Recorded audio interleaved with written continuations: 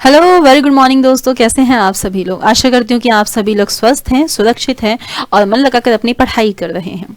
तो जैसे कि आप सबको पता है, मेरा नाम शिवालिका है और मैं रोज सुबह 11 बजे आपके लिए ये सेशन लेके आती हूँ जहाँ पे हम लोग करते हैं 10 मिनट में एक साइंस का इंपॉर्टेंट टॉपिक आपके कॉम्पिटिटिव एग्जाम्स के पर्सपेक्टिव से। ठीक है, और आज का जो टॉपिक है हमारा वो है टेम्परेचर स्केल, यानी कि जो ये तापमान है ये किस तरीके से बढ़ता घटता है और हम लोग इसे नापने के लिए किस किस चीज़ों का यूज़ करते हैं, कौन कौन से स्केल्स हम लोगों ने बना रखे हैं, वो हम लोग आज की क्लास में पढ़ने वाले हैं। ठीक है, चलो तो इसके साथ हम लोग देखते हैं।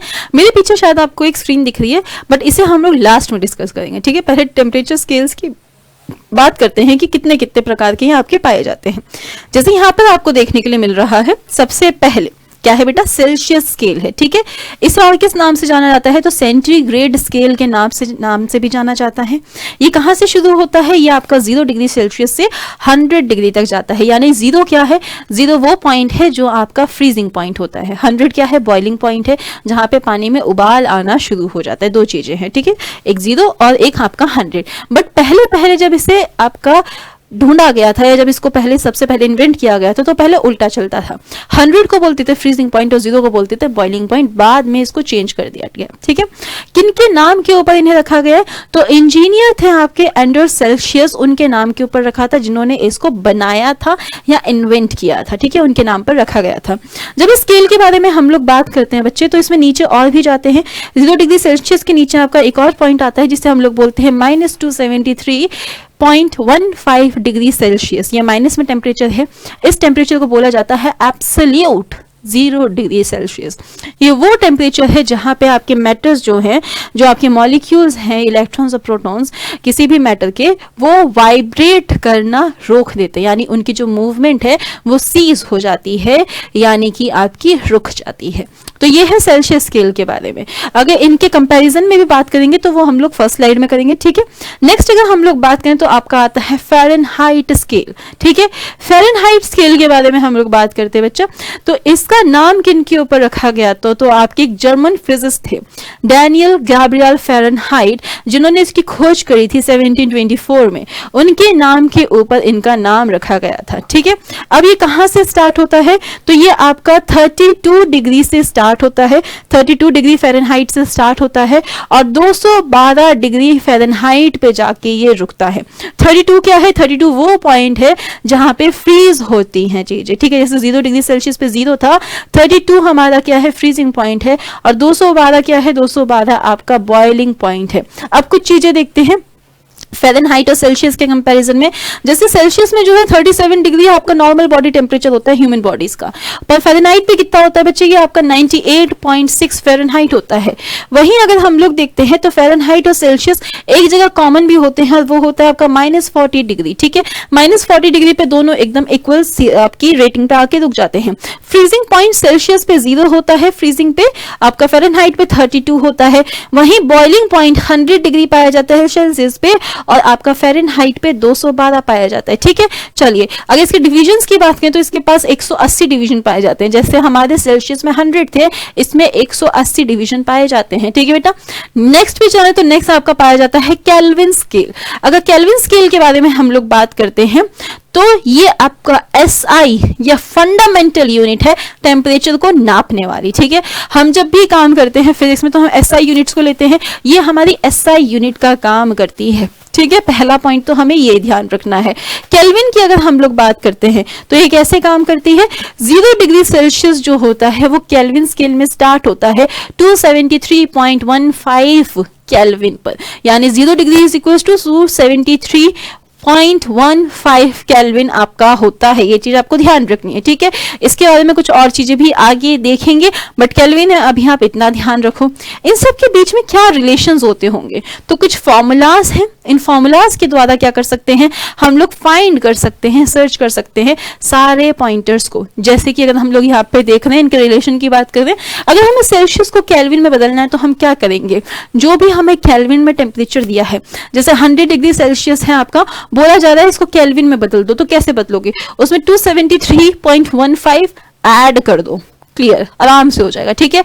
उसी के साथ जब केल्विन को सेल्सियस में बदलना हो तो केल्विन से 273.15 को माइनस कर दो।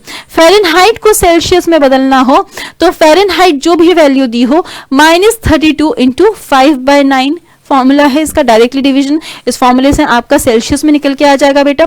वही जो सेल्सियस को फ़ारेनहाइट में कन्वर्ट करना हो तो C 9/5 प्लस 32 इसमें हो जाएगा, ठीक है। फ़ारेनहाइट को केल्विन में करना हो तो क्या होगा, सेम फॉर्मूला है F -32 इंटू 5/9 प्लस 273.15 प्लस इसमें हम लोग ऐड कर देंगे।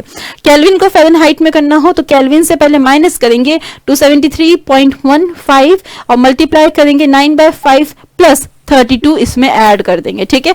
ये चीजें हमें ध्यान रखनी है। अगर आगे बात करें कि हमें और क्या क्या चीजें अलग अलग स्केल्स देखने के लिए मिलते हैं तो कुछ एक्स्ट्रा स्केल्स भी देखने के लिए मिलते हैं जो मैंने आपको बताया था फर्स्ट स्लाइड पे थे।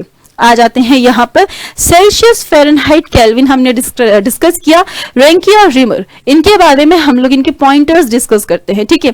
जैसे एब्सोल्यूट जीरो पांचों स्केल्स पे कहाँ पे आता है, सेल्सियस में -273.15 डिग्री सेल्सियस पे आता है, फ़ारेनहाइट पे -459.67 फ़ारेनहाइट पे आता है, केल्विन पे 0 केल्विन होता है, रैंकी पे 0 रैंकी होता है और रिमर पे आपका -218.52 आपका रिमर पाया जाता है, ठीक है। वही मैं बात करूं फ्रीजिंग पॉइंट तो सेल्सियस में फ्रीजिंग पॉइंट 0 होता है, फ़ारेनहाइट में 32 होता है, केल्विन में 273.15 केल्विन होता है, रैंकी में 491.61 रैंकी होता है और रिमर में 0 पाया जाता है, ठीक है।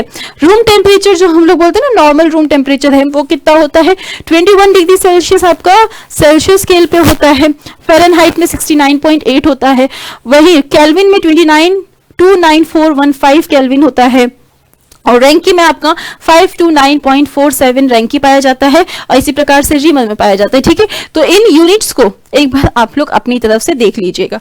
इसी के साथ टेम्परेचर की जब बात आती है तो हम लोग डिस्कस करते हैं कि हीट कैसे फ्लो होती है ना, हीट कैसे फ्लो होती है। तो हीट को फ्लो करने के लिए अलग अलग प्रोसेस होते हैं। सबसे पहले प्रोसेस की हम लोग बात करें, जैसे ये आपको दिख रहा है, यहाँ से जैसे जैसे ये पाइप गर्म होता है वैसे वैसे हमारा टेम्परेचर इंक्रीज होता जा रहा है।